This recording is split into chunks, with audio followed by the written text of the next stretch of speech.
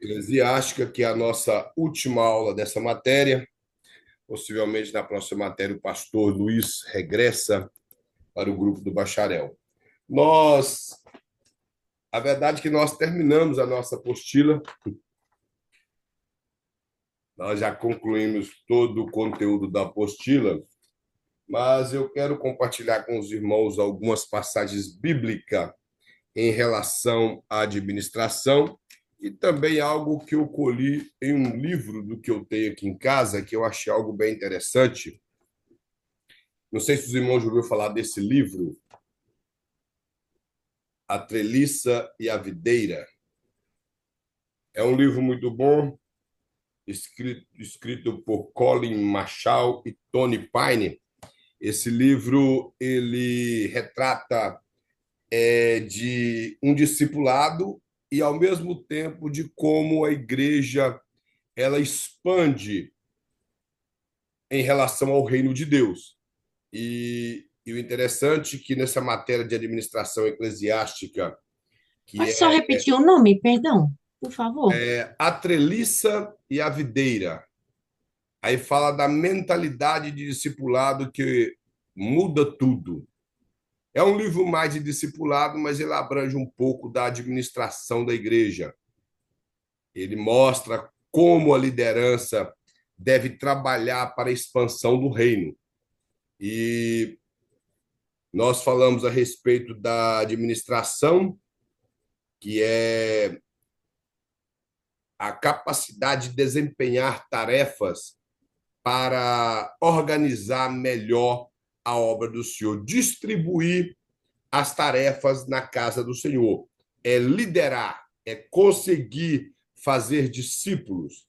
Então, é fazer planejamento, é controlar no sentido de não é ter o controle da vida da pessoa, mas é observar como ela está fazendo, não é somente colocar nas mãos e esquecer, mas observar como aquela pessoa que foi delegada está trabalhando, se precisar de dar um incentivo, incentivar a pessoa, que não que nós vivemos disso.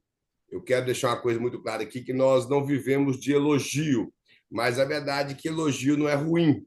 E eu costumo dizer uma frase que elogiar é coisa para gente inteligente, para gente sábia. Porque criticar, qualquer um ignorante sabe criticar, não precisa de sabedoria para elogiar. Então, a liderança também tem esse papel de que quando ela delega algo para alguém, aquele trabalho é feito com empenho, com fervor, e ele alcança um bom objetivo, não há problema em dar um elogio, porque nós temos que saber conviver com elogios. Nós não podemos viver aquela vida de hipocrisia, de que quando alguém te elogia, você menospreza o elogio da pessoa, ou simplesmente de boca para fora fala, que é isso, não é assim, não é assado. Não, na verdade, temos que saber conviver com elogio. E, como eu disse, é muito bom quando você desempenha algo e a sua liderança vem e diz para você: ficou muito bom, continue assim. Nós estaremos orando junto para que as coisas continuem avançando no reino de Deus. Então, não há problema nisso. Como eu gosto sempre de citar que a passagem de Jesus, que Jesus ensinava e as pessoas diziam: nós percebemos que tu és mestre. E ele diz: disseste bem que eu sou.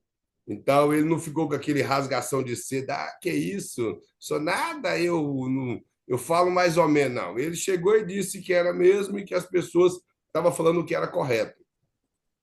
Então não há problema nenhum receber elogio, e isso é uma coisa boa na vida da igreja, quando as pessoas que são delegadas a fazer algo, ele consegue alcançar o seu objetivo e as pessoas observam aquilo e lhe confere um elogio. Então, administração é isso, é dirigir, delegar e organizar de forma que nós gerenciamos as tarefas que foi distribuída. Bom, e falando a respeito disso, nós também falamos a respeito do dispenseiro, que é aquele que administra o que lhe foi colocado na mão. Então, o dispenseiro é um mordomo, alguém que trabalha em uma casa que ele é confiado todos os bens daquela casa, juntamente com toda a despensa da casa.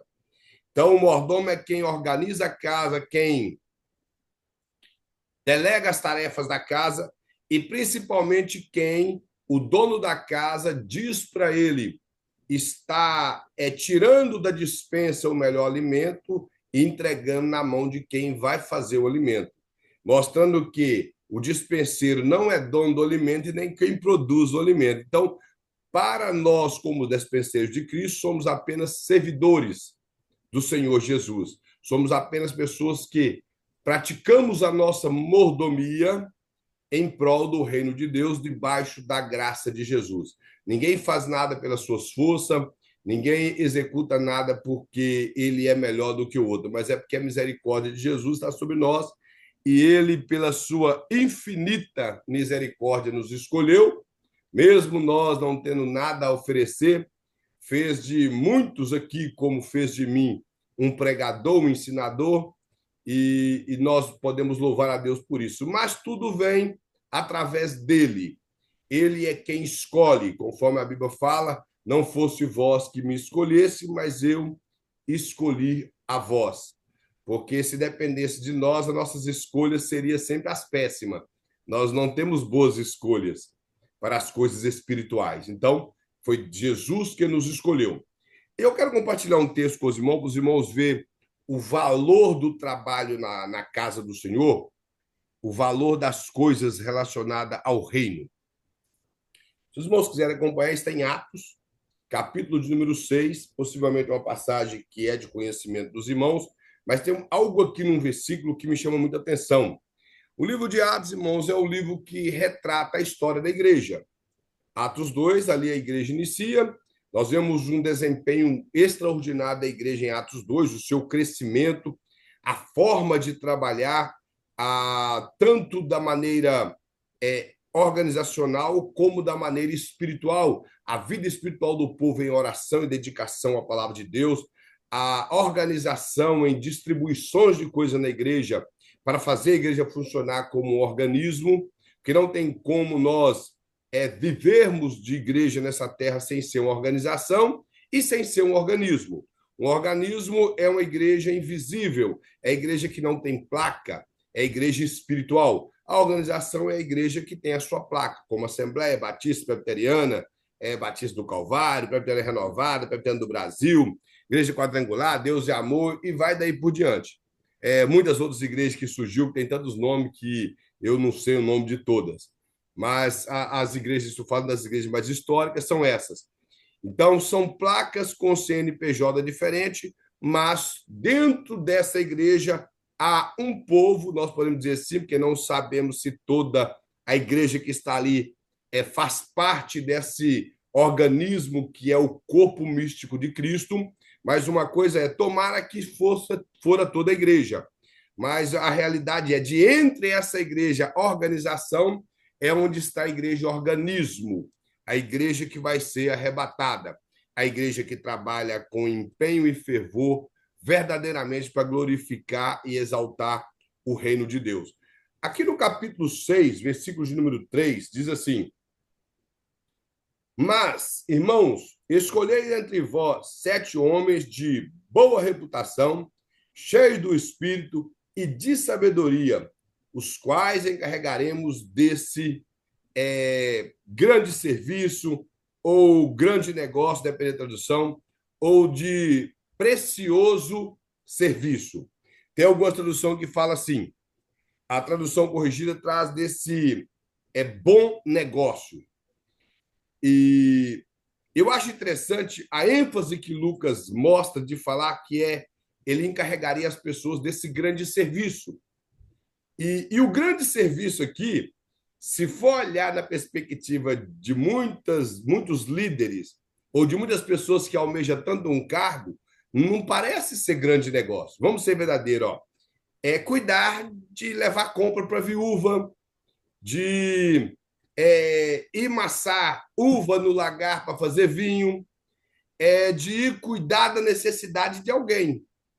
Essa perspectiva de muitos cristão hoje em relação ao reino de Deus é completamente diferente ao que está descrito aqui. Nós temos que ser verdadeiro com isso, porque a perspectiva que nós temos de igreja, ou que muitos têm, é a perspectiva de frequentar um culto, de ocupar um cargo na igreja que talvez seja um cargo de destaque, esse cargo que vai fazer ele ficar nos holofotes, onde as pessoas o verão e alguns gostam de aplauso, receberão aplausos, como o próprio Jesus fala que ocorreu com os fariseus, que eles já receberam o seu galardão na terra. Não há problema ter galardão na terra, porque o próprio Jesus prometeu isso. Ele disse que aquele que renunciou a sua vida em amor a Cristo, em amor ao reino, eles receberão 100 vezes aqui, como também na eternidade, implicando que há também galardão nessa terra. Mas o nosso galardão não tem a ver com tapinha nas costas, nem com holofote e tampouco com aplauso de homens. Que esses aplausos de homem, eles inflam o nosso ego, nós nos sentimos bons, quando na verdade não somos, e isso pode levar à queda das pessoas. Essa soberba, essa disputa, esse achar que é melhor. Então, o que eu quero dizer é, as pessoas que foram separadas aqui, ela foi separada para um grande negócio, que era o negócio de cuidar de viúvas. E se os irmãos observar, esse acontecimento ocorreu porque houve certa murmuração no meio do povo de Deus. E essa murmuração levou eles, possivelmente, a criar esse cargo diaconal na igreja. A diaconia era muito normal no meio do povo, mas parece que não existia um grupo separado para diáconos, para empenhar nesse serviço. E eles separaram esses homens, e esses homens começaram a trabalhar na obra do Senhor, e o interessante é que quem separou, se os irmãos observar aqui, Pedro fala, mas vocês escolhei entre vós. Isso foi a visão do povo e não a visão do líder ou da liderança da igreja, que eram os apóstolos. Eles deixaram a critério da igreja, das pessoas, para que não houvesse aquele pensamento de nepotismo. Então, pelos nomes aqui, parece que os homens separados aqui foram homens de fala grega.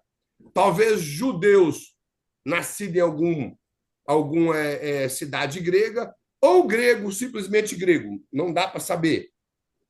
Os nomes são de gregos e de alguns africanos, mas parece que são gregos, pessoas de fala grega, porque as viúvas dos gregos estavam ficando esquecidas no que era a repartição diária. Então, aqui mostra o cuidado da viúva, dos órfãos, do necessitado. Esse trabalho é o trabalho que o reino de Deus precisa. Se nós observarmos no Antigo Testamento, quase todos os profetas menores, eles abordam a respeito desse assunto por causa do povo ter esquecido de exercer esse ministério no Antigo Testamento. Jesus faz menção também desse assunto quando ele repreende os fariseus e os doutores da lei, em dizer que eles dizimavam até da menor taliça que eles criavam no seu quintal, do menor tempero eles dizimavam e achavam que era bom, mas porém eles esqueciam de exercer misericórdia. Jesus falou assim, olha, que vocês fazem este, que é contribuir, mas que não esqueça aquele, que é cuidar literalmente das pessoas menos favorecidas.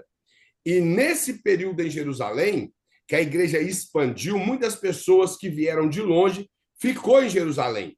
Que se os irmãos observar no livro de Atos, não durou muito tempo esse grande avivamento em Jerusalém, e a condição financeira de Jerusalém também não durou muito tempo. Porque lá em 1 Coríntios, 2 Coríntios, melhor dizendo, capítulo 8 e 9, o apóstolo Paulo está recolhendo uma oferta para levar para Jerusalém. E em Filipos, ele também recolheu oferta para levar para Jerusalém, mostrando que Jerusalém chegou um momento que monetariamente eles ficaram pobres. Eles não tinham recursos financeiros. Mas nesse período aqui, a igreja estava muito abastecida. Foi o período que as pessoas começaram a vender coisas e entregar na igreja e se separar para a obra de Deus. Então, como eles se entregaram à obra de Deus, aos recursos espirituais da obra do Senhor, eles começaram a entender que aquelas terras, os bens que eles tinham, iam ficar parados. Então, eles vendiam e entregavam para ser distribuído entre pessoas.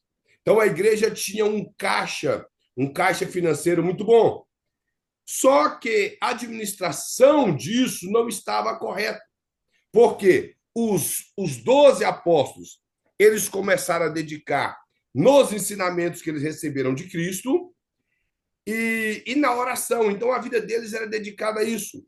Era estar pela manhã no templo orando, que nós vemos isso no capítulo 3 de Atos, e em casas ensinando a palavra do Senhor.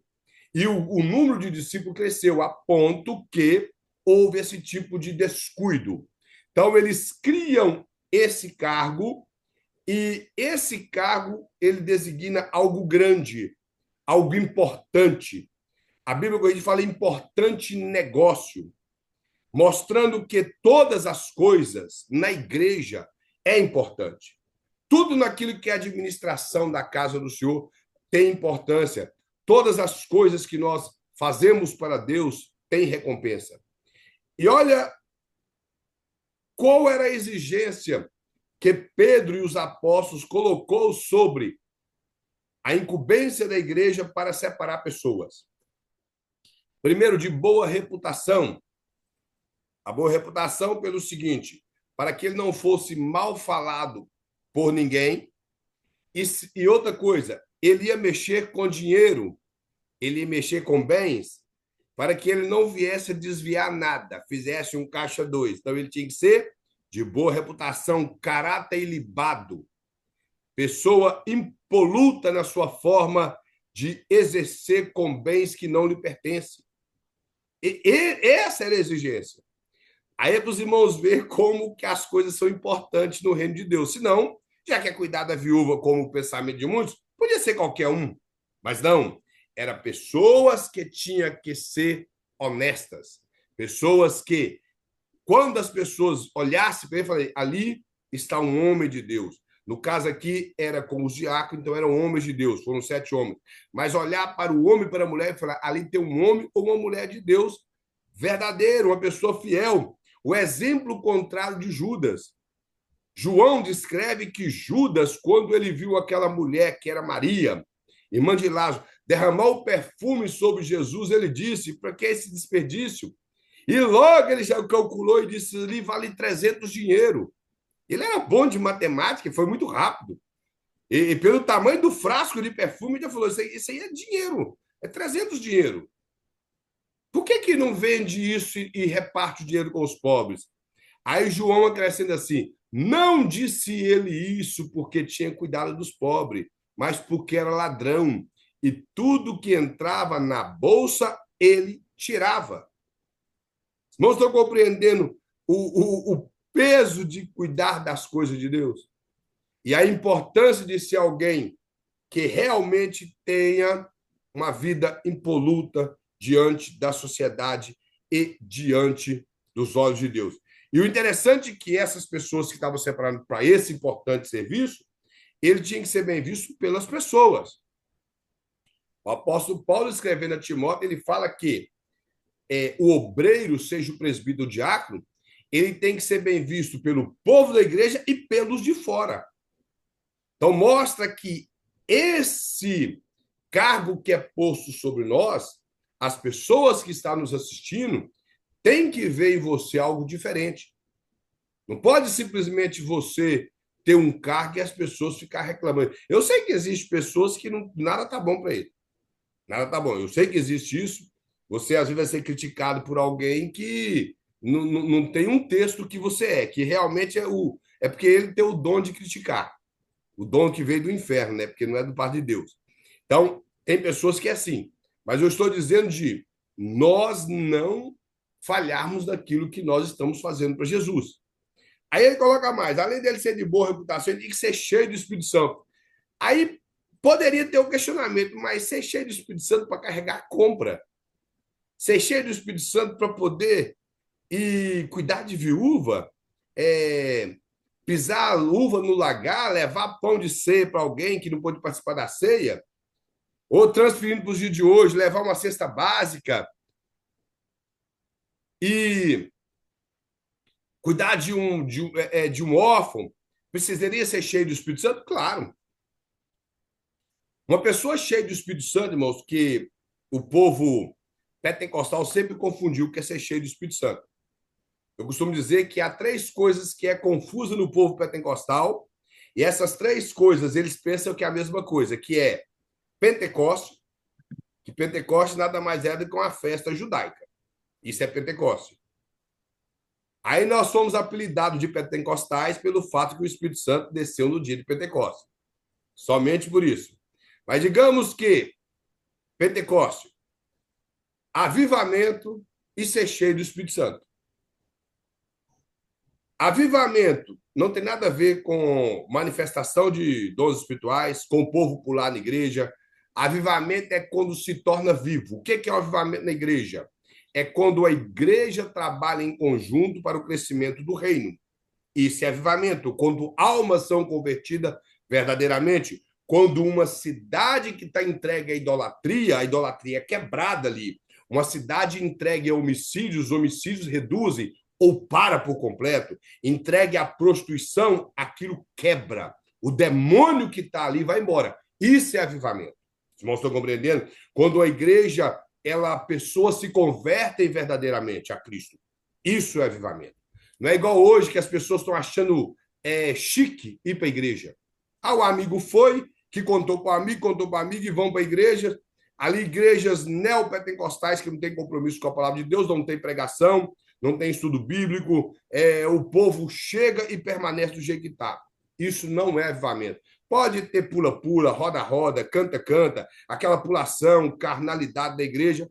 Isso não é avivamento. Avivamento não é rodar na igreja, não é falar línguas estranhas. Avivamento é mudança de vida, é trazer vida para quem está morto. Isso é avivamento. Manifestações carismáticas cabe ao Espírito Santo manifestar. Diz a Bíblia em 1 Coríntios capítulo 12, parece que é o versículo 7, que a manifestação do Espírito é dada a cada um naquilo que é útil. Então, ou seja, manifesta quando o Espírito Santo quer, naquilo que é útil no momento da igreja, seja línguas estranhas, interpretação de língua, profecia, revelação, uma manifestação de sabedoria, discernimento de espírito, dons de curar, maravilhas e um dos 9 dons que manifestar, irmãos, isso é manifestação carismática, também não é avivamento. Isso não diz que uma pessoa é cheia do Espírito Santo. Ser cheio do Espírito Santo é ser dirigido pelo Espírito Santo. É ser ocupado com as coisas do Espírito Santo. É produzir o fruto do Espírito Santo. Isso é ser cheio do Espírito Santo. Quantas pessoas que você conhece que falam línguas estranhas na igreja e que falam mal dos outros? Tem muitos. Você conhece ou não? Linguarudo. Ele é língua de fogo e fogo na língua. Tem demais. Quantas pessoas que nós vemos pulando na igreja e depois pula a cerca? Tem muitos. Ele chega na igreja e é o super canela de fogo. O evangelista, aqui em Efésios 5, eu quero ler o 5 e 5:9. Porque o fruto do Espírito está toda bondade, justiça e verdade. Isso. Tá é uma pessoa cheia do Espírito. Ser toda bondade, toda justiça e toda verdade. E a irmã Lúcia colocou o versículo correto que fala toda bondade. Então, quem é cheio do Espírito Santo? Ele tem bondade no coração, ele preocupa com a viúva que está precisando da cesta básica. Porque ser cheio do Espírito Santo, irmão, só na igreja, ali o suposto cheio, pulando e rodando, isso é fácil. O difícil... O evangelista e o abençoado que estava lá tomando conta das viúvas, ele fazia dissensão, né? Ele escolhia quem ele queria abençoar, entendeu? Quer dizer, ele não fazia realmente por bondade, ele não sabia olhar a necessidade de todos. Quer dizer, ele achava que as viúvas hebrecas, whatever, elas tinham prioridade. Quer dizer, as judias não tinham. Então, quer dizer, não tinha amor, não tinha bondade, né? Não O tinha o que o fruto do texto Espírito. sugere parece que é isso mesmo. No caso, a irmã só trocou a judia pelas gregas. Parece que eles estavam É, cuidando das judias, esquecendo das gregas. é isso. É, Parece, o texto sugere, nós não podemos é, afirmar, mas a interpretação da irmã Lúcia faz muito sentido. Parece que o povo começou a esquecer dos gregos. é. E o que ela fala parece que é isso mesmo, parece que houve uma certa separação e uma certa falta de cuidado. Não tinha o diaconato ainda. Então, as pessoas que estavam tomando conta dessa distribuição começou a cuidar só do povo dele, quando, na verdade, quem é cheio do Espírito Santo não faz acepção de pessoas. Então, o cuidado é com todos os necessitados. E isso A para Bíblia, nós, né, evangelista? Porque para e pensa. Às vezes a gente, como igreja, nós preocupamos só com os que têm necessidade dentro da igreja. isso. Mas tem as pessoas do lado de fora também, que são almas, são vidas, são pessoas que precisam uma demonstração de amor, né? Não é Porque só esse é o necessário. trabalho da igreja. A É. obra social, Tiago fala disso do capítulo 1 ao capítulo 5 da carta dele. A obra social é um papel da igreja. Eu já falei isso aqui numa aula e repito: a igreja tem esse papel. E isso é avivamento. Uma igreja que não cuida da sociedade onde ela está edificada não é uma igreja avivada Sim. e talvez carregue o nome de igreja como organização que ainda não faz o seu papel de organização, Uhum. muito menos de organismo. Então, uma igreja, uma pessoa cheia do Espírito Santo, ele não faz acepção de pessoa, ele é bondoso, como nossa irmã Lúcia falou, e acima de tudo, quem é cheio do Espírito Santo, irmão, que entra em determinadas casas, ele pode encontrar muitas coisas nessa casa. Primeiro, pessoas amarguradas. O que é uma pessoa amargurada? É uma pessoa que ele está reclamando de tudo. Nada vai estar bom para ele. Aí, se eu chego na casa de alguém para levar uma cesta básica e a pessoa é amargurada, e eu não estou cheio de Espírito Santo, ela começa a falar mal do pastor, eu sento e tomo um café e falo mal. Uhum. Eu fui lá para levar uma cesta básica e entrei e fui na fofoca. Fala mal da irmã, que ela não está concordando com ela, desce bambu na irmã. Então, quem é cheio de Espírito não se ocupa com isso. A pessoa começou a falar: vamos orar, irmã, agradecendo a Deus aqui pela cesta básica, ou pelo remédio, ou pelo dinheiro, seja o que for, e eu estou indo embora porque eu tenho mais um monte de visita para fazer. Acabou, é assim que é o crente cheio do Espírito Santo. Não é aquele que vira e fala assim: tocando nesse assunto, tem como a irmã passar um cafezinho para nós conversar melhor sobre esse assunto, não? E ali entra falando. Então, esse tipo de coisa. Não... Por exemplo, imagine eles chegando aqui na casa para entregar a cesta básica e a viúva fala assim: você viu lá, né? Pedro, Tiago e o povo esqueceu de nós. Hein? Se não fosse vocês aí, ó, nós não estaríamos nem tendo o que comer. Aí, se ele é um carnudo, ele fala: é mesmo, é nós que salvamos vocês. Mas por isso que eles têm que ser cheios do Espírito Santo. Quem é cheio do Espírito Santo, ele é alegre, ele não ocupa com essas coisas. Quem é cheio do Espírito Santo tem gozo na alma, tem paz no coração. Ele é longânimo, ele é bondoso, ele é benigno. Ele tem controle das coisas. Ele não dá corda para o errado. Isso é quem é cheio do Espírito Santo. Esses movimentos, irmão pentecostal, carismático, é muito bom na igreja. Mas isso não é avivamento verdadeiro. Isso não é ser cheio do Espírito Santo. Um crente cheio do Espírito Santo é um crente dominado pelo Espírito Santo, de espírito, alma e corpo. O espírito dele domina a alma. A alma não tem capacidade de fazer o corpo executar o pecado, porque é o espírito que está no comando. E se nós não formos pessoas cheias do Espírito Santo, a nossa tendência não é glorificar o reino. E, evangelista, isso tem um problema seríssimo nas igrejas, porque nas escolhas das pessoas para os cargos, isso é muito, muito, muito importante.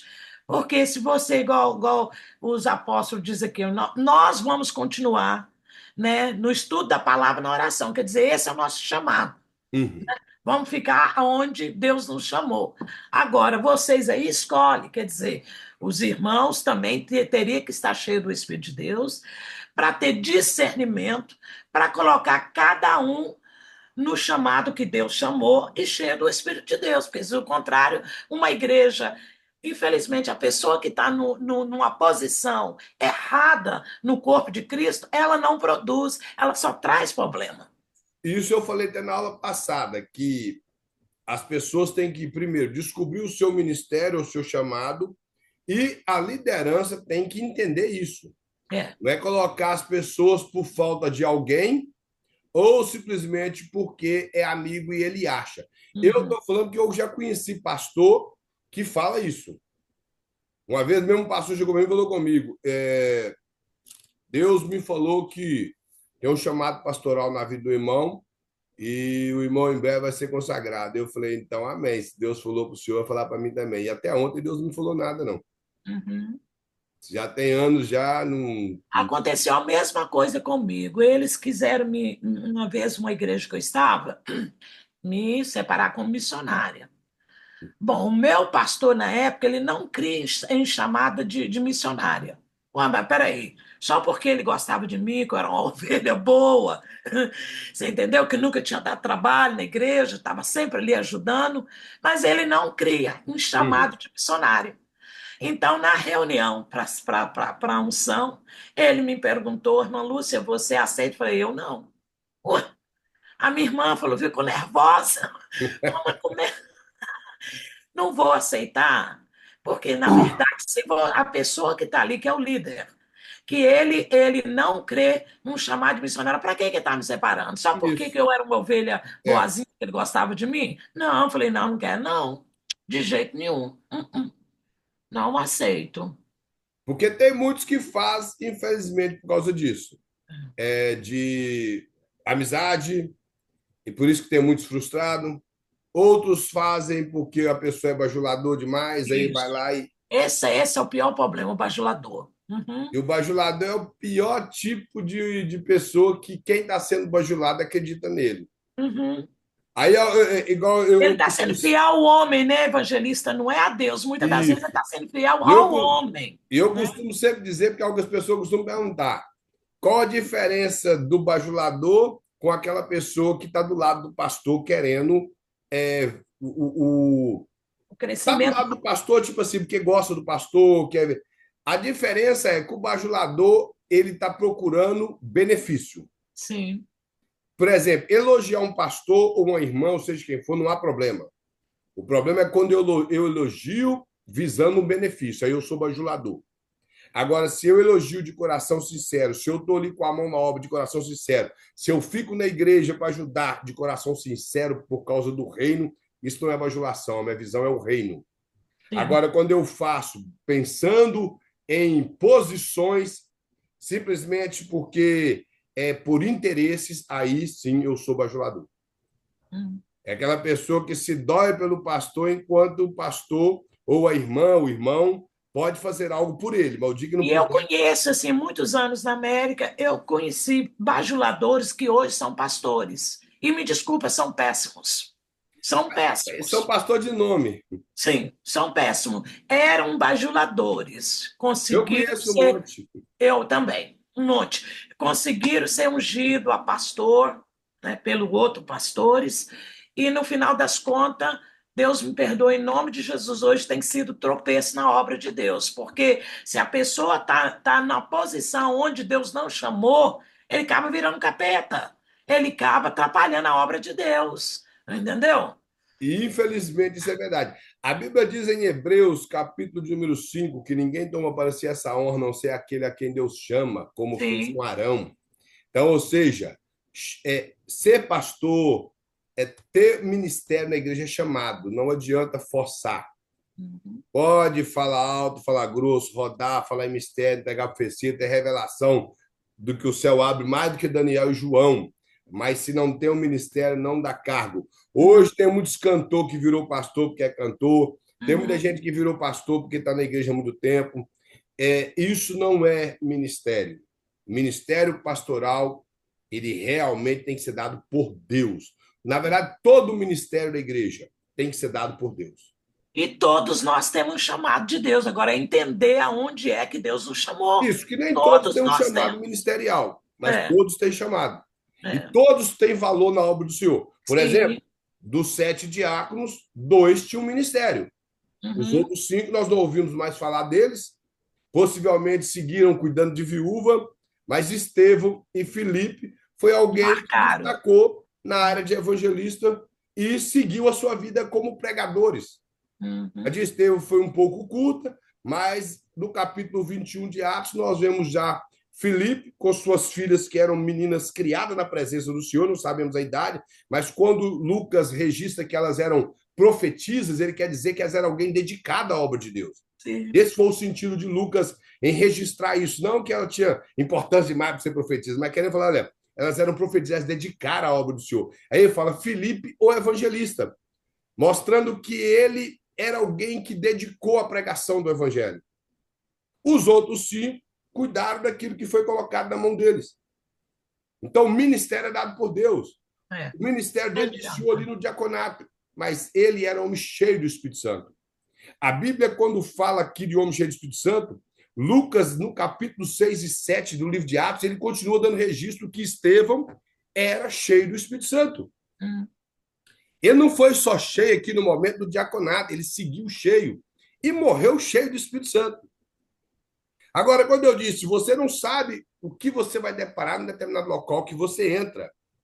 E se nós não estivermos cheios do Espírito Santo, podemos encontrar com coisas ali que vai nos envergonhar, como eu conheço pessoas no Brasil, aqui não, mas no Brasil, de pessoas que entrou em casas com alguém possesso de demônio e passaram vergonha.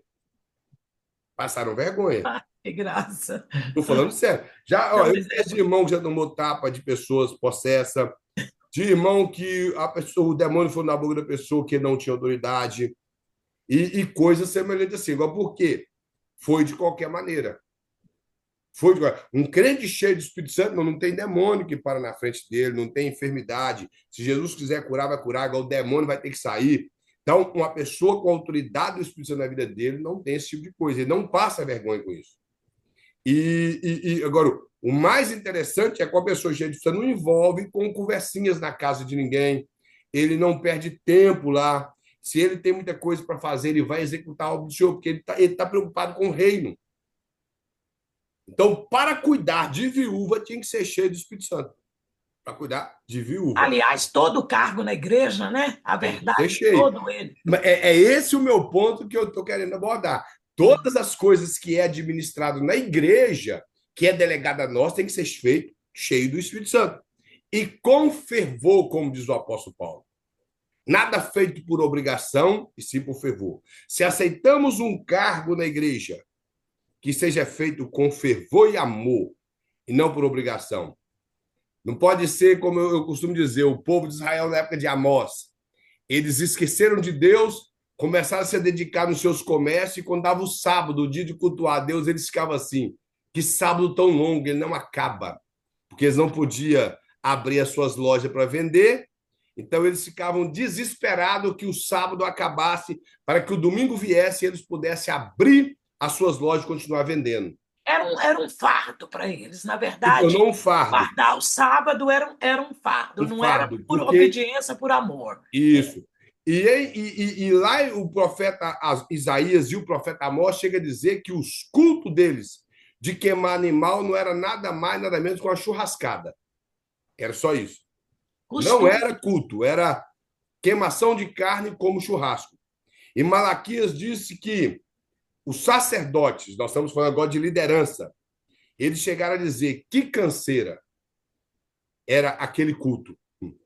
Tipo assim, que canseira ficar aí com esse negócio de queima animal, limpa chão, corta chão, leva sangue, leva animal para fora, queima animal, come carne. Para eles estava cansativo aquilo. Agora, Perder o por quê? significado, né, evangelista? Quando perde o significado daquilo que você faz para Deus, é triste. E sem o poder de Deus. É. Crente, mão cheia do poder de Deus, ele não cansa com essas coisas. Ele acha, ele sente falta de estar buscando, de estar em comunhão com os O irmãos. evangelista, eu acho que a gente até pode cansar, mas a gente tem que clamar a Deus para não estar no estágio do cansaço, porque é normal, de vez em quando, a gente está cansado, você entendeu, de fazer certas coisas, mas você tem que parar e pensar, mas peraí, o alvo é quem? É Jesus? Então vamos mudar essa história aí, né? A gente precisa entender isso. Porque, na verdade, quando nós estamos cheios do Espírito Santo e envolvidos com as coisas de Deus, o nosso cansaço pode ser físico, mas nós Sim, amamos fazer aquilo. E sim. às vezes quando nós conseguimos descansar, parece que é até forçado. Você chegou na sua casa, resolveu encostar ali, quando assustou, você está sendo arrebatado. Mas agora, quando a pessoa começa a desanimar, é porque ele deixou de buscar, porque não importa o que as pessoas vão falar, a maneira que ele foi recebido, se ele é cheio do Espírito Santo, ele vai continuar fazendo, porque é o Espírito Santo que move a vida dele. Eu já disse, irmão, que ser cheio do Espírito Santo não é igual você encher um copo de água, como muitas pessoas pensam assim. Ser cheio do Espírito Santo é tipo assim: o Espírito Santo vai subindo do pé até chegar aqui. Não é isso. Ser cheio do Espírito Santo é o quanto o Espírito Santo tem de nós, o quanto ele pode dirigir as nossas vidas. Isso é ser cheio do Espírito Santo. Então, a administração aqui que os apóstolos fizeram nessa parte do diaconato da igreja, eles exigiram isso, que os homens, para trabalhar, ser delegado essa tarefa para ele, como eu disse, era uma importante tarefa. Foi assim que Lucas escreveu. Se Lucas escreveu que era importante tarefa, porque o Espírito Santo inspirou ele. E algumas pessoas poderiam dizer: distribuir cesta básica não é importante. Cuidar de viúvo não é importante. E visitar no hospital não é importante. Na visão de Lucas, era importante. Tinha Pelo que, capítulo mostra. tinha que ter o amor. Sem o amor é impossível. Isso. É importante. Aí ele coloca outra coisa: cheio de Espírito Santo e cheio de sabedoria. Por que ser cheio de sabedoria? Que há momentos que nós entramos em determinados locais que vamos deparar com pessoas, como eu falei, amargurada, ou com certos tipos de ceticismo, que vai nos fazer a responder algo para eles ou levá-la a entender os mistérios de Deus debaixo de uma sabedoria, que essa sabedoria só é dada pelo Espírito Santo e pelo conhecimento da palavra de Deus. Aqui não está falando de dom da palavra da sabedoria. Não está falando disso aqui. Está falando da sabedoria que o Espírito Santo te dirige daquilo que você aprendeu da palavra de Deus. Então, não há possibilidade de estar na obra do Senhor sem esses tipos de predicados que foi apresentado aqui. Pessoas de caráter impoluto, pessoas cheias do Espírito Santo e pessoas cheias de sabedoria, que são pessoas que saibam dar uma resposta em determinadas ocasiões, que eles vão cuidar desse tipo de pessoas, que boa parte delas estão levadas por sentimentos de muita amargura e que nós temos que saber dar boas palavras. E hoje nós vivemos em uma época que esse tipo de sabedoria fugiu do meio do povo. Por quê? A Bíblia fala que quem tem falta de sabedoria, ele deve fazer o quê? Pedir a Deus. Ele vos dará liberalmente. E ainda não lança no rosto. É. E mais, ele mostra como que essa sabedoria é. Ele dá uma explicação. Tiago fala como que essa sabedoria é. Ela é uma sabedoria. Deixa eu achar o versículo aqui de Tiago. Ele fala o jeito que a sabedoria é. Ele fala, ó, primeiro, que ela é pura. É uma sabedoria pura. Está lá em Tiago, capítulo 3, versículo 17. Que ele fala que a sabedoria que vem lá do alto, ela primeiramente é pura. Ela é pura, ela não tem. Não está junto com nada daquilo que pode, tipo, torná-la escura, torná-la suja. Ela é pura, a sabedoria é pura. Depois, ela é pacífica. É como eu falei, a pessoa que encontra com esse tipo de gente amargurada, ele vai ter uma palavra de paz.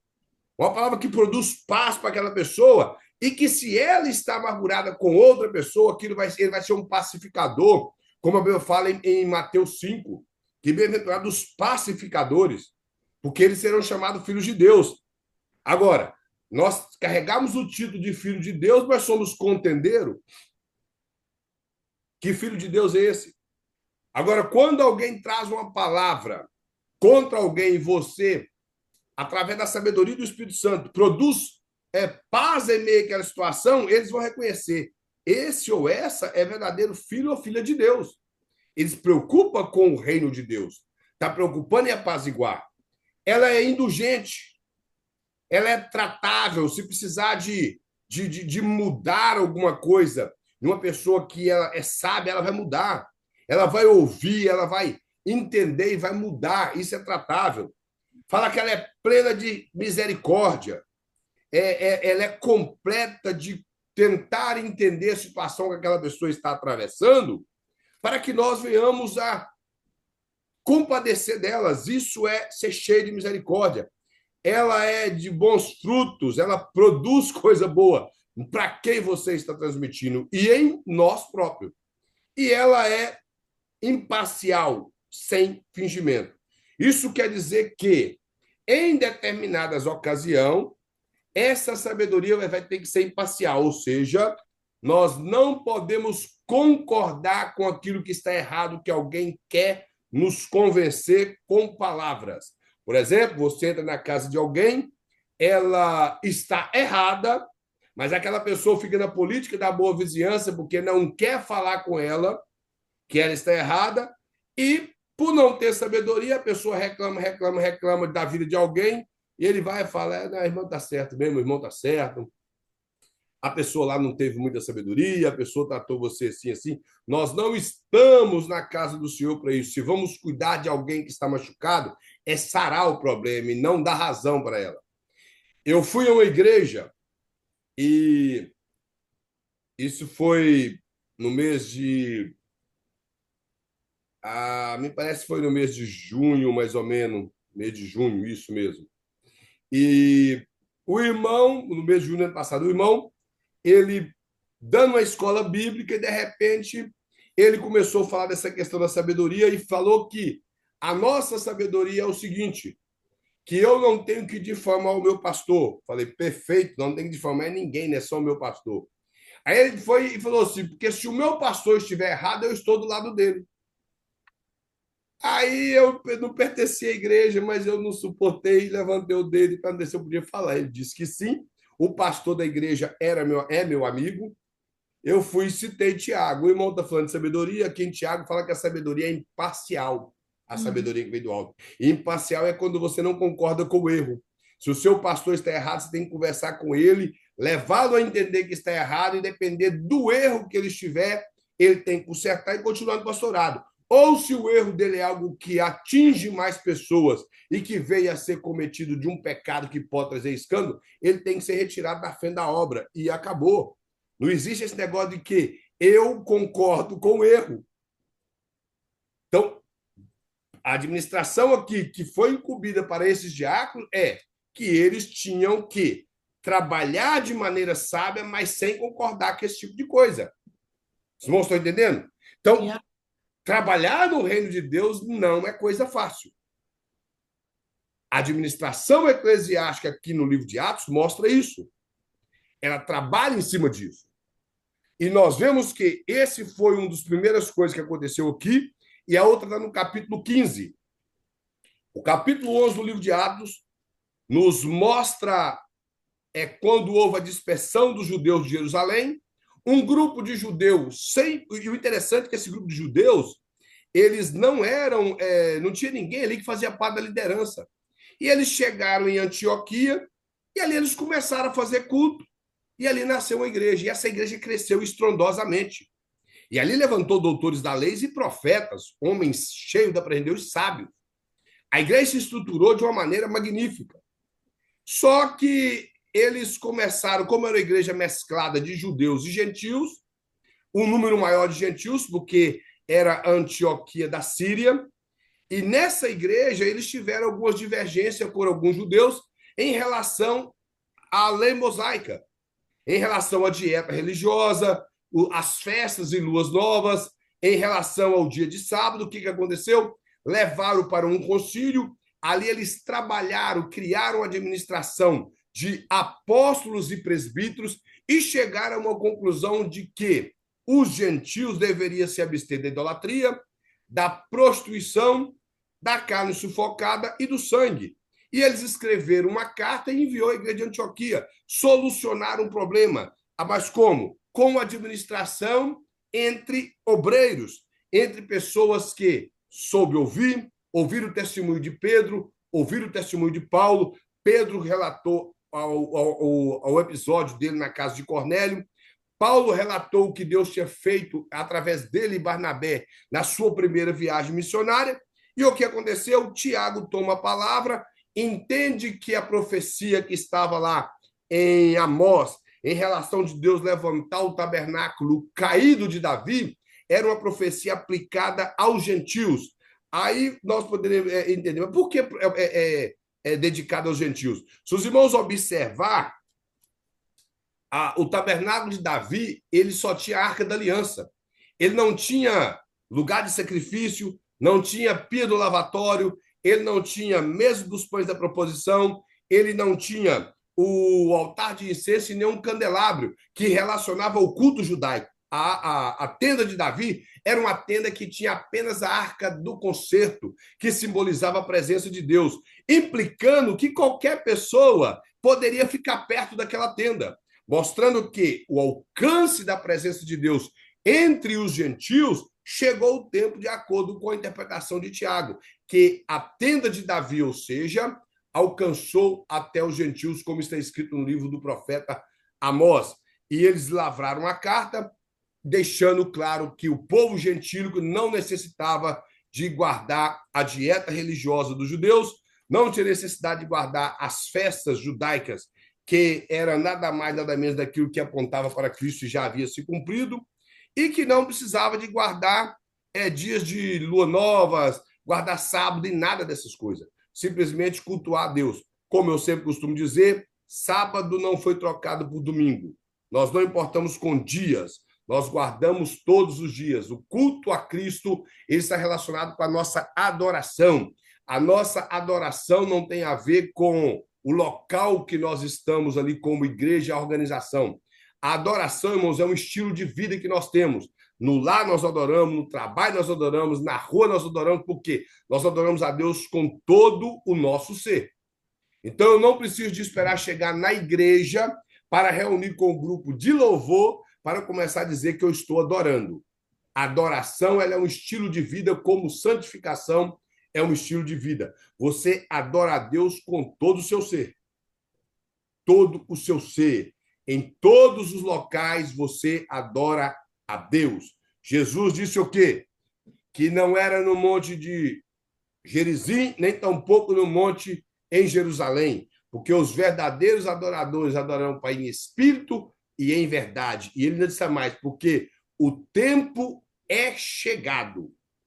Então, nós temos esse estilo de vida de adoração. Não tem a ver com local e nem tampouco com grupos de pessoas que louvam a Deus com voz. Tem a ver com o nosso estilo de vida. E como eu falei, irmãos, a respeito desse livro, vou só dar um resumo rápido do livro. Esse livro tem a ver com treliça. Os irmãos que sabem o que é treliça? Alguém sabe treliça? Faz assim com a mão. Não sabe o que é treliça? Treliça é aquela armação que aqui o nome do livro é a treliça e a videira. Videira é o pé de uva. E a treliça é aquela armação que é feito para a parreira de uva crescer e se desenvolver ali. Alguns fazem uma treliça bonita, outros fazem de qualquer maneira, mas não importa, o pé de uva ali cresce e desenvolve ali. Algumas, às vezes, cresce bastante, que nós nem vemos a treliça. Eu já vi vários pés de uva aqui na América, várias videiras, que a treliça você não vê. Mas já vi muitas que a videira não desenvolve tanto. E você vê aquelas treliças, às vezes, de metal, outras de madeira. Era muito costumeiro, principalmente na Itália e em Israel, e alguns lugares do sul do Brasil, se fazer treliça de madeira. Primeiro, devido às questões fria. E, então, eles costumavam fazer a treliça de madeira para que a parreira de uva se desenvolvesse melhor. Mas, nesse livro, o escritor ele aborda algo interessante em relação à treliça e à videira. E ele aborda o seguinte, que devido ao fato da treliça ela ser o local onde a parreira de uva desenvolve, essa treliça não deveria ser a que se destacava, certo? Ela não, o que tem que se destacar é a videira. E Cristo fala que a videira é ele e que nós somos o ramo. Então, é importante que o caule dessa videira é Cristo. Os ramos é os que se expandem, ou seja, a igreja de Cristo. Se a igreja é que tem que se expandir, implica que a treliça ou a armação tem que estar escondida. Agora, vamos ser verdadeiros, irmãos. Vamos ser verdadeiros. A igreja, a treliça, que costuma ser, podemos colocar a administração de algumas igrejas, e por que não dizer da estrutura física da igreja, tem se destacado muito mais do que a própria videira. Mas você sabe por quê? Porque a organização ela acaba agindo independente do Espírito de Deus, ok? Então, Perfeito. esse é o problema, entendeu? Se ela entendesse que tudo que eles fizerem, eles precisam da orientação do Espírito Santo de Deus, não teria esse problema. Aí acaba, ele busca, ele ora, ele jejua, mas quando fala da organização, eles decidem por si próprios, sem a completa dependência do Espírito Santo. E o que a irmã Lúcia falou é quase tudo que o escritor quis dizer. É a nossa falta, primeiro, de confiança, dependência, entrega à direção do Espírito Santo. Eu falei nas aulas passadas que a administração é aquela que delega. Se delegou porque escolheu pessoas, supostamente deveria escolher pessoas certas. Como eu disse, Jesus, até Judas, ele escolheu certo, porque a Bíblia fala que ele passou a noite orando e chamou para si 12 aqueles deu o nome de apóstolo. Então, Judas não foi um erro e nem tampouco apenas alguém para completar o colégio apostólico, não. Ele foi escolhido por Jesus. E ele orou. Então, além de orar, tem que ter uma visão. Nessa questão que ele mostra aqui da treliça, uma das coisas que ele aborda é: irmãos, eu não sou contra isso. Quero que os irmãos entendam que eu sou a favor e vejo o respaldo bíblico. Vejo o respaldo bíblico. Eu não sou contra o embelezar do templo. De forma alguma eu sou contra. Eu não sou contra o embelezar do templo. Só que a beleza do templo, primeiro tem que ser da igreja organismo, para depois a estrutura física da igreja ser bonita. Hoje nós temos muitas igrejas bonitas, estrutura, e vazia por dentro, feia por dentro. Um número pequeno de pessoas. Estamos como que igrejas de Laodiceia, ricas, estrondosas, monumentais, porém sem a presença de Deus. A videira Ô, no expandiu. evangelista, só um minutinho aí te cortando.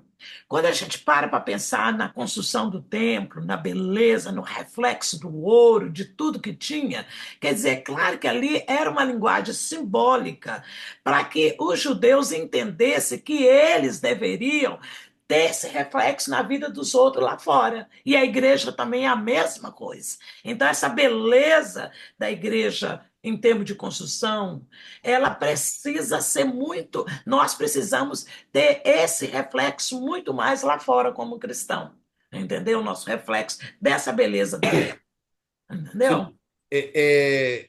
Eu ia até citar o caso do templo, igual eu já falei do tabernáculo, que ele foi construído com coisas preciosas. O Sim. templo, eu vejo essa estrutura do templo como algo importante que tem que ser cuidado. Nós vemos que quando Neemias, juntamente com Esdras, Zorobabel, eles reconstruíram os muros e o templo, o profeta Ageu fala que quando as pessoas mais novas viram o templo de Zorobabel, eles sorriram e alegraram. Mas os antigos que viram o primeiro Choraram. templo choraram, Choraram. porque eles viram que aquela estrutura de glória, de ouro, de prata, a estrutura física do templo não era igual ao primeiro. Não tinha o mesmo reflexo. Não tinha o mesmo reflexo. Por isso que o profeta Ageu é como se ele falou: olha, não preocupa com o exterior do templo, porque a glória desta última casa será maior do que a da primeira. Então, e a glória foi Cristo entrando nela.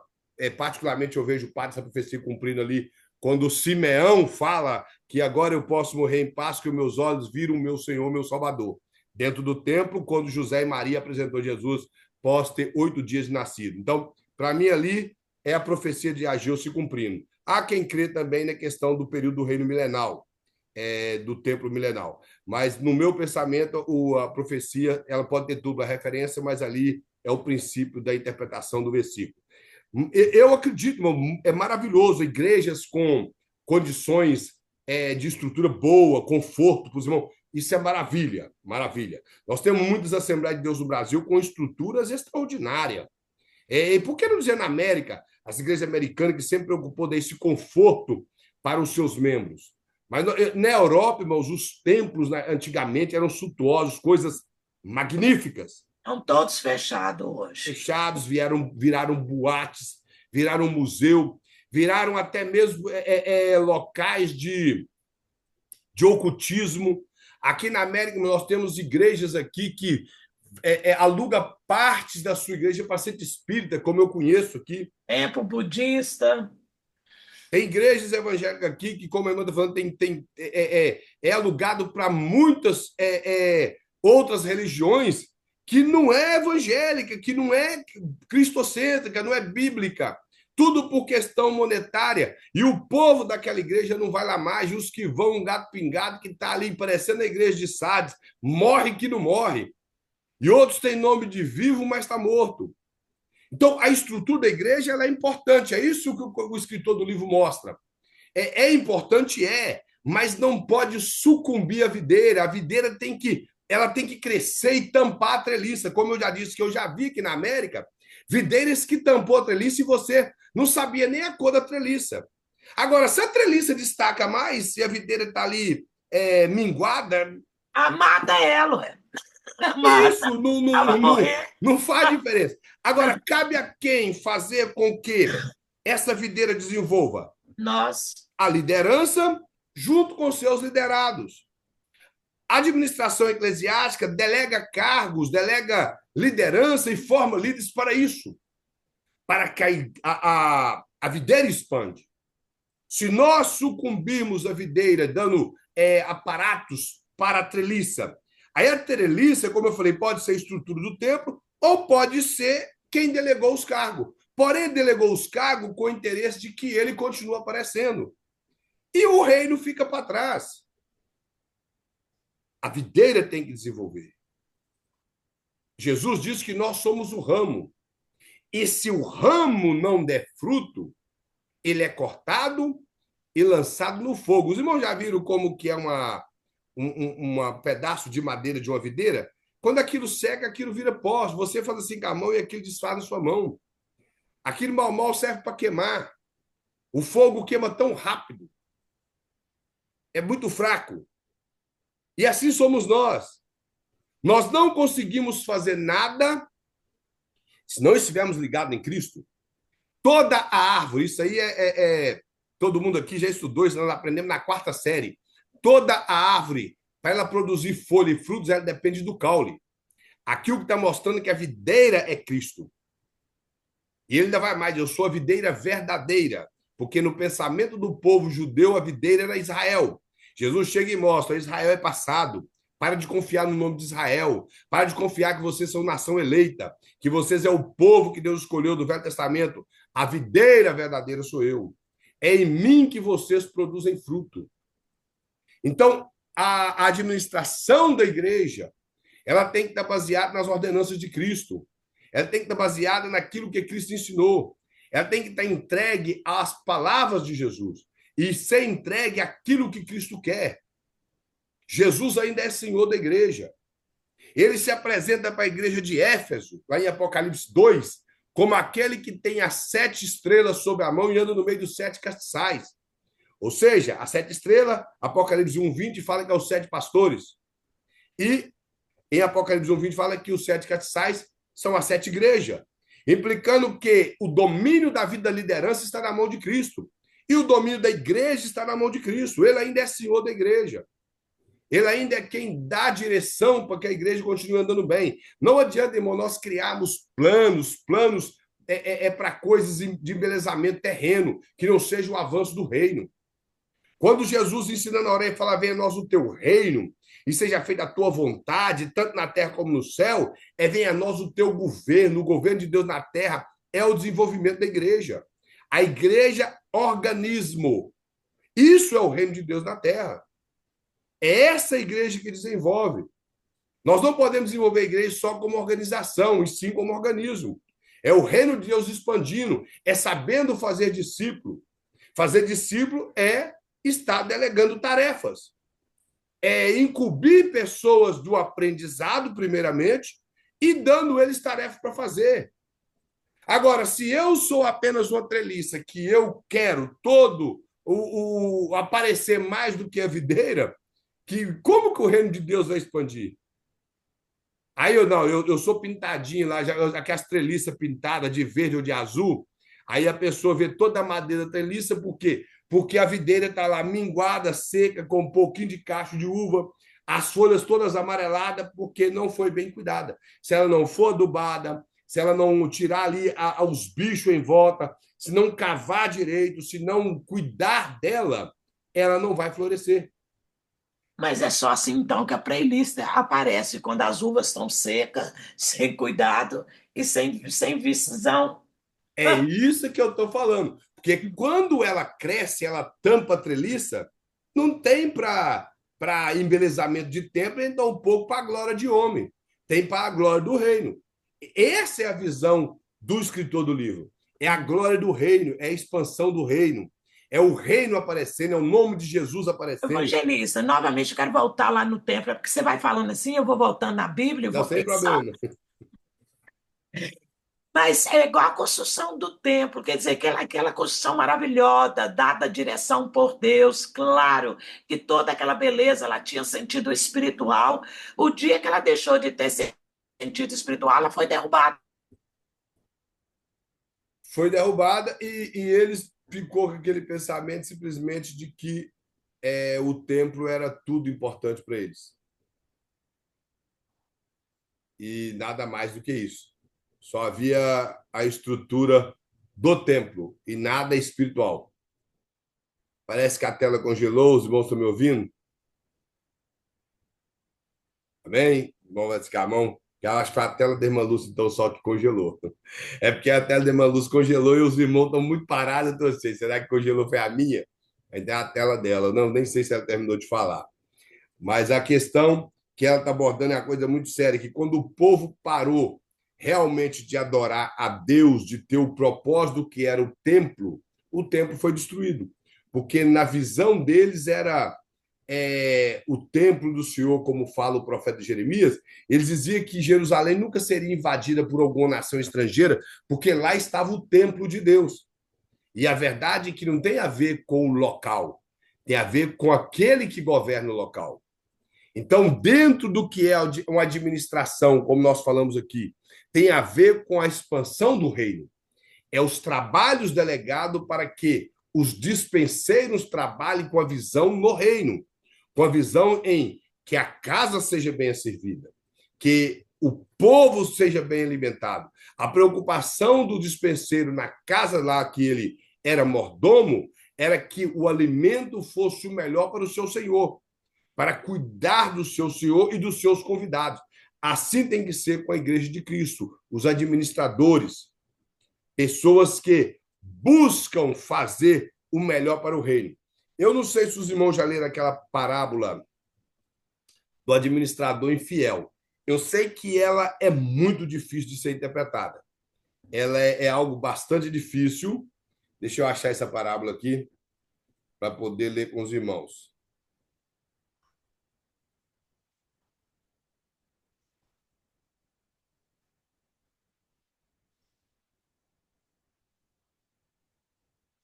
Parece que está em Lucas 16. Lucas 16, me parece. Isso. Os irmãos já leram essa parábola do administrador infiel? Essa parábola mostra de um homem que chegou ao conhecimento do seu senhor, não vou ler a parábola, e ele estava desfalcando o seu senhor. E em desfalcar o seu senhor, ele ficou sabendo e resolveu demiti-lo. ele disse que ele não teria condição de mendigar, porque tinha vergonha, e ele não aguentava mais trabalhar. Então, o que ele teve que fazer? Ele foi astuto. Ele chegou para alguém e perguntou: quanto você deve? Um falou 100, ele falou: anota 50 e guarda 50. Ele foi no outro, falou: quando você tem? Ele falou assim: 100, ele mandou guardar 20. E ele foi administrando de maneira que ele ficou bem visto pelas pessoas que tinham que pagar o senhor e pelo próprio senhor. Então o seu senhor olhou e disse que ele era muito inteligente, ele era muito astuto. E parece na parábola que ele voltou atrás na sua palavra e deixou ele na frente dos negócios, vendo que ele era astuto. Aí Jesus usa aquela palavra muito bem citada por muitos, que os filhos das trevas são mais prudentes que os filhos da luz. Isso não é um elogio. Ele está dizendo que as pessoas não cristãs, ou essas pessoas de coração em trevas, eles têm facilidade de aquilo que é errado eles fazer com mais excelência para o erro. Eles conseguem transformar aquela coisa errada em coisa maior ainda. É isso que ele está falando. Aí o que Jesus quer ensinar conosco nessa parábola é que da mesma forma que os filhos das trevas conseguem trabalhar dessa forma para que as pessoas admiram eles, nós devemos fazer muito mais para o reino de Deus, da maneira correta. Esse é o ensinamento da parábola. Aqui não é Jesus que está elogiando o administrador infiel. Quem elogiou foi o patrão dele. Jesus está querendo mostrar com essa parábola que, da mesma maneira que as pessoas infiel a ele são infiéis aos seus patrões e conseguem fazer as suas manobras para que eles saiam bem, da mesma forma tem que ser aqueles que temem a Deus. Administrar as coisas da maneira correta, para que o reino de Deus continue avançando. Essa é a intenção da parábola. O reino de Deus não pode perder para o reino das trevas. As pessoas que são dominadas por espíritos malignos ou por pensamentos malignos conseguem executar essas coisas a ponto de ser aplaudido pelos seus senhores, de ser elogiado. Porque a administração de nossas igrejas não consegue administrar a obra do Senhor com mais excelência do que essas pessoas mundanas. Hoje nós vemos muitas disputas nas igrejas, muitas brigas por placa de igreja, muitas divisões da igreja, de próprias famílias, como temos visto ultimamente aqui. Tanta coisa porque uma má administração já não é mais igreja. Infelizmente, criaram um nome bem pejorativo em dizer empresa, que o negócio é a mistura de suposta igreja com empresa. Carrega nome de igreja, mas são empresa. O fim é lucrativo e não almas. O fim não é o reino, e sim andar com melhores carros, melhores roupas. Como eu vou abrir um parênteses, não tem nada contra isso. Mas a pessoa pode andar assim, se a igreja tem condição de dar isso a ele, mas tem que lembrar que tudo é para o reino. Ele não está preocupado com esse tipo de coisa. Pessoas que estão envolvidas na obra de Deus simplesmente por questões financeiras não têm parte no reino de Deus. Igrejas que se dividem por esse tipo de coisa. Uma igreja, um homem de Deus ou uma administração dirigida pelo Espírito Santo, se por um acaso ela sofreu uma divisão, ela segue na sua marcha em rumo ao céu. Ou ela cresce novamente, se a permissão do Espírito Santo, ou então Deus deixa que ela permaneça daquela forma porque é a vontade de Deus. Nós não podemos deixar com que esse tipo de coisa atrapalhe o andamento da igreja. O exemplo de Isaac. A Bíblia fala que Isaac ficou nas terras de seu pai e peregrinou ali, nas terras de Alimeleque. E nessas terras eles mandou com que ele saísse, porque ele ficou muito poderoso. E ali o servo de Alimeleque começou a tampar os poços de Isaac. Isaac ele desentulhava um poço, que era os poços que o seu pai cavou, eles iam lá e entulhavam. E sabe o que ele fazia? Não brigava. Ah, você entulhou meu poço. Ele cavava outro. Mas tem gente que não gosta disso, tem gente que entulhou o poço dele, ele vai lá e briga, joga a pessoa dentro do poço, joga mais pedra por cima, o negócio dele é contenda. A pessoa que ocupa com a administração cheia do Espírito Santo e verdadeira, ele não ocupa com isso. Tampou o poço, ele cava outro. Tampou outro, ele cava outro. Até que chegou o momento que o inimigo dele foi na casa dele. E ao chegar na casa dele, diz a Bíblia que ele o viu de longe. E teve um pouco de receio no coração. E eles chegaram e disseram: nós sabemos que Deus é com você. Com essa palavra, Isaac diz: vão entrar na minha casa, e preparou um almoço para eles. Eles comeram e fizeram aliança. Isso é ser cheio do Espírito Santo. Isso é boa administração. Isso não é preocupar com o poço entulhado. Aí diz a Bíblia que assim que ele fez amizade novamente com Abimeleque, melhor dizendo, é Abimeleque, o seu servo chegou e disse: cavamos um poço que deu muita água. Tem gente com poço entulhado, por quê? Porque vive de contenda, vive de picuinha, vive de problema. Quem, irmãos, administra a coisa direito, Deus trabalha. Nós estamos vivendo os últimos momentos da igreja. Eu acredito que se fosse para relatar em relação à igreja quando apostatou da fé, nos primórdios da história da igreja, por volta do final do século V, hoje nós estamos vivendo em um período de apostasia talvez semelhante ou um pouco pior. Porque naquela época era apenas uma igreja, hoje temos tantas. Que as pessoas não concordam com a coisa, não concordam com a administração, não quer, aí ele abre uma birosca para ele, o outro saiu em pecado, abriu outra igreja, e ali vai indo aquele negócio que dá nome de igreja, mas tudo preocupado com questão financeira. Nós vemos nas redes sociais uma vergonha de pastores que estão aí pedindo dinheiro para pessoas com supostas revelações e tantas coisas. Aí você vai olhar, nem igreja essas criaturas têm. Eles nem são pastores de igreja, são pastores, como a irmã Lúcia falou. Eu não sei nem quem consagrou um povo desse. Boa parte se auto-intitula. Vai lá e pega uma garrafa de gordura na casa dele, derrama na cabeça e fala: eu te consagro, pastor. Evangelista, uns meses atrás, eu não uso muito Facebook, mas eu tenho minhas redes sociais. Pois é, um tal de um pastor, Pai do Senhor, varou, mas eu nem respondi, eu fui ver depois de não sei quantos meses.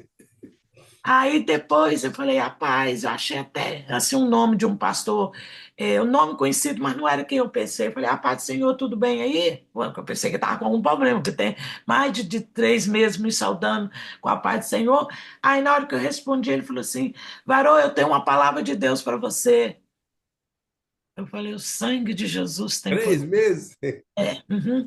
Eu tenho uma palavra de Deus para você. Aí eu peguei, falei: pode falar, pastor. Ele falou: vou te passar meu. Falei: passa aí o seu número. Eu falei: eu quero ver esse sujeito, eu quero conversar com esse sujeito, eu quero ver ele. Eu liguei para ele, ele atendeu? De jeito nenhum. Ele não atendeu. Aí depois ele falou assim: varoa, a internet aqui está com muito problema, tá? Mas espera aí que daqui a pouco eu converso com você. Aí ele começou a escrever. Eu falei: o sangue de Jesus tem poder. Eu falei: Jesus, tenha misericórdia. Irmã, Deus tem uma bênção para entrar. Você é uma pessoa que você preocupa com todo mundo e ninguém preocupa com você. Eu falei: mentiu já de cara, porque eu sou tão amada. Falei: mentiu, porque Senhor, pensa numa mulher abençoada por Deus com amizade. Sou eu, muito abençoada, muito mesmo. Eu digo que eu não mereço. Eu falei: aí, já de cara, já sei que o varão aí já falou errado. Ai, mas o Senhor tem algo para a sua vida. Eu falei: aham, para a vida do Senhor também. Eu falei com ele. E com Jesus, falei: Jesus, eu nem estou aí, mas eu resolvi só porque eu fiquei curiosa, entendeu? Mas eu já sabia que era Deus me perdoa. Era prova. Aqueles lá que pensam que você é rico aqui na América, Isso. entendeu? Que Ultimamente pensam eles que... estão vasculhando o Facebook de todo mundo, Instagram e manda mensagem. Sim. Eu até hoje nunca recebi o Ter uma Palavra, Senhor. Eu recebo mais gente pedindo ajuda, pedindo dinheiro. Eu falo, ó, eu estou na mesma situação que você, eu também estou precisando de ajuda e de dinheiro. Se você puder mandar daí para cá, manda para nós aí. E aqui na África, em um monte de lugar, não é só no Brasil, não. Tem um monte Sempre, de lugar que tem esse sempre. trem. Agora, irmãos, esse tipo de administração má, dirigida por Deus, é onde surgem essas divisões, contendas, esse povo que está abrindo igreja a roda aí com interesse de lucros financeiros e não o reino. A administração visa o reino. A administração visa a expansão do reino. Não tem interesse, como eu falei, da treliça aparecer. Treliça é como povo que está por baixo ali ou na administração da igreja. Nada é delegado na igreja para que pessoas se promovam. Tudo é para a glória do nome de Jesus. O interesse de aparecer sempre foi de Satanás. Sempre foi de Satanás. Até a ação do Espírito Santo é colocar a luz sobre a pessoa de Cristo. É como se ele fosse o canhão de luz que vai apontar para onde está Cristo, sendo o Espírito Santo Deus. Agora, imagina nós, sem a presença de Deus, que não somos nada. Aí, pela misericórdia de Deus, temos o Espírito Santo e não vamos fazer para a glória de Deus de forma alguma. Tudo que nós fazemos é para a glória de Deus. O apóstolo Paulo falou uma coisa interessante, que ele não se gloria de nada, mas se algum dia ele vier a se gloriar, ele se ia gloriar na cruz de Cristo. Aí eu fico tentando entender o que ele quis dizer, porque lá não tem glória. Lá não tem glória. Então, como que se gloria na cruz de Cristo? Impossível, porque lá não tem glória. A única glória da cruz de Cristo foi a que ele resplandeceu, não para nós. Ele resplandeceu com a sua glória por ser Deus que fez homem, morreu, ressuscitou para nos salvar. Nós não temos por onde gloriar-nos de nossos feitos.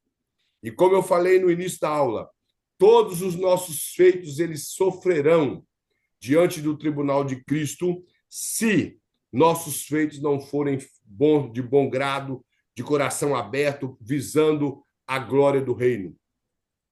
Esse dia para trás houve até um certo debate, que eu creio que os irmãos sabem, eu não quero falar sobre o debate, mas a questão é, todas as nossas obras, se elas não forem feitas de um coração aberto para visar o crescimento, a glória do reino de Deus, quando chegarmos diante do tribunal de Cristo, essas obras sofrerão danos. E nós, possivelmente, o debate lá ficou nessa questão de que vai sofrer tristeza ou não, isso não me importa. Mas a questão é, trabalhamos aqui porque amamos o reino de Deus. E se amamos, é porque queremos galardão no céu. Queremos galardão no céu. Eu não sei se vai ter tristeza, se não vai, não me importa essa questão, mas a realidade é, nós não podemos fazer nada aqui que seja inútil. Temos que fazer algo que seja útil para o reino, e visando a glória dele, não a nossa. É isso que o reino que a palavra de Deus nos mostra a respeito do reino. É o reino que deve crescer, é o reino que deve aparecer. É as palavras de João Batista e as palavras que o pastor sempre repete quando ele está com os irmãos, que importa que ele cresça e que eu diminua. Agora, isso são nada mais, nada menos do que da boca de Jesus Cristo. Quando os discípulos de João procurou a Jesus e disse, João está preso e ele nos envia a ti para perguntar se tu és realmente o Messias ou se esperamos outro. Jesus fala, volta a João e disse para ele que o que vocês veem e ouvem a meu respeito, que os mortos ressuscitam, que os cegos estão vendo e que os mudos estão falando e os leprosos estão sendo limpos. Quando eles saíram, diz a Bíblia que Jesus olhou para as pessoas que estavam à sua volta e disse, o que vocês vieram ver no deserto? Uma cana quebrada? E eu vos digo que não. Um profeta? Eu vos digo que é mais que um profeta. Talvez as pessoas pensou que Jesus ia falar mal de João Batista, mas Jesus não faz isso. Tipo assim, aí, ó, ué, me batizou e quando me batizou, falou: esse é o Cordeiro de Deus que tira o pecado do mundo e agora está perguntando se espera outro Messias?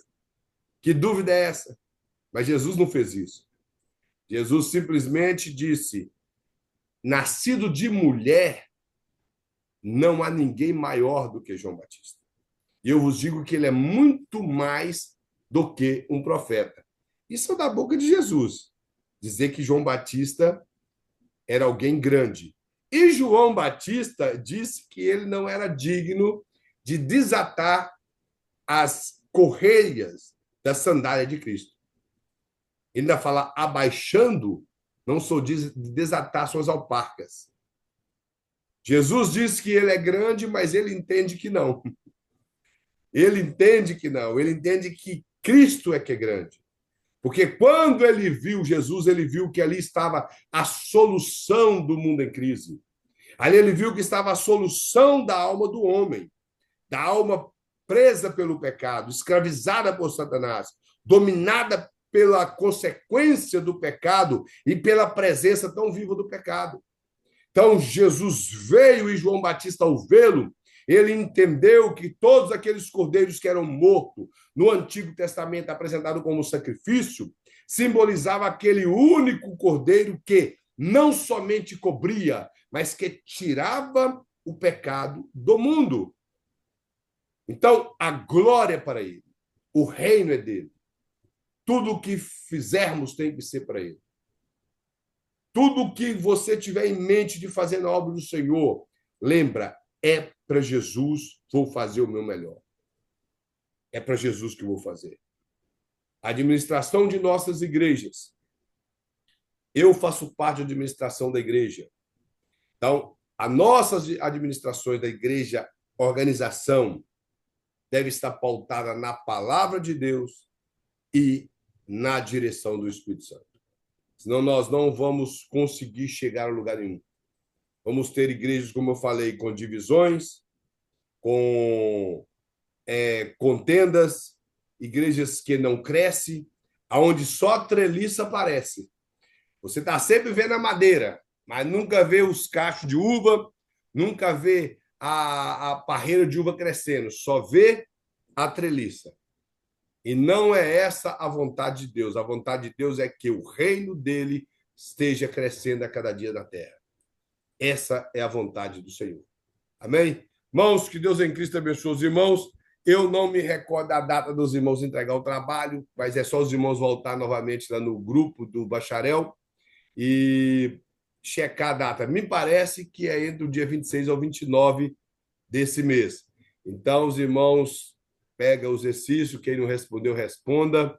Aquele que já respondeu, maravilha, para que Deus possa estar te abençoando e você possa ter a sua nota com o pastor. Vou fazer a chamada aqui em silêncio rapidamente. Uti.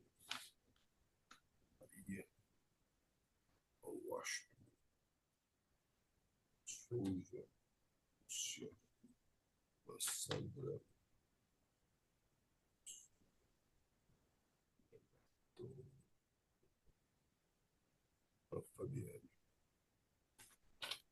Bem, irmãos, nós vamos terminar nossa aula e que Deus esteja abençoando os irmãos.